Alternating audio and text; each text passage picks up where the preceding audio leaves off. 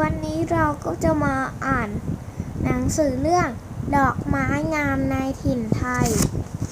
ไปเริ่มอ่านกันเลยค่ะศรีชาไปบ้านยายแสนสบายบ้านน่าอยู่ดอกไม้สวยงามหรูป้ายบอกชื่อไม้ไทยกันนิการปลูกริมรั้วสีขาวทั่ววงในแดง6 กลีบบิดตะแคงพึ่งแอบแฝงดูดเกสรหนูน้อยได้กลิ่นหอมใกล้ที่นอนไปวนยายดอกสายหยุดมากมายผีเสื้อลายสวยจับใจกาหลงดอกเป็นช่อปลูกใกล้บ่อน้ำบ้านยาย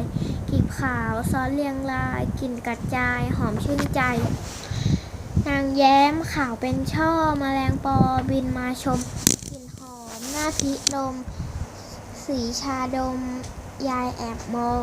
พับพึงปลูกข้างบ้านออกดอกบานเป็นช่อใหญ่เด็กน้อยชื่นชมไป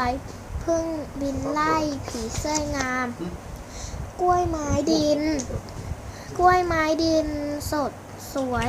แมลงช่วยผสมพันธุ์ดอกเล็กโยงพัวพันศรีชานั้นเฝ้ายืนชมแม่เรียกศรีชาจ๋ามาเถิดมาเข้าบ้านกันคุณยายตอบเร็วพันให้หลานนั้นชมไม้งามศรีชาเดินชมสวนไม่เลรวนอ่านพันไม้จ้องมองจดจำไว้ชื่อดอกไม้นานาพันธุ์บัวสวรรค์น่าดูสีชมพูคล้ายดอกบัวเต่าทองชมไปทั่วไม่น่ากลัวแต่สวยงามดอกปักษาสวรรค์มองเร็วพันคล้ายกับนก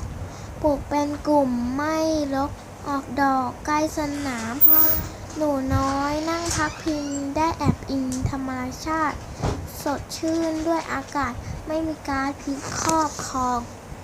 ธรรมชาติผ่อนคลายบ้านคุณยายอากาศดีสิ่งแวดล้อมเหล่านี้เสริมชีวีมีสุขพันศรีชาเห็นไม้เลื่อยพันไปเรื่อยแผ่ไปไกล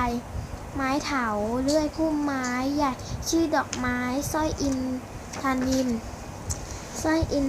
นี้มีดอกสีฟ้าอ่อนๆสวยดอกสีฟ้าเข้มด้วยเป็นดอกช่อสวยงามจับตาจิกน้ำดอกสีชมพูดูงามหรูสวยระยะไม้ยืนต้นใหญ่หนาบ้างเรียกว่ามุจรินศรีชายิ้มสดใสเดินเข้าไปในบ้านยายดอกไม้งามหลากหลายฝีมือยายหลานชื่นชมวรรณคดีไทยมีดอกไม้พันเหล่านี้มาลีบานเต็มที่เปรียบรักนี้พี่น้องไทยจบแล้วค่ะบ๊ายบาย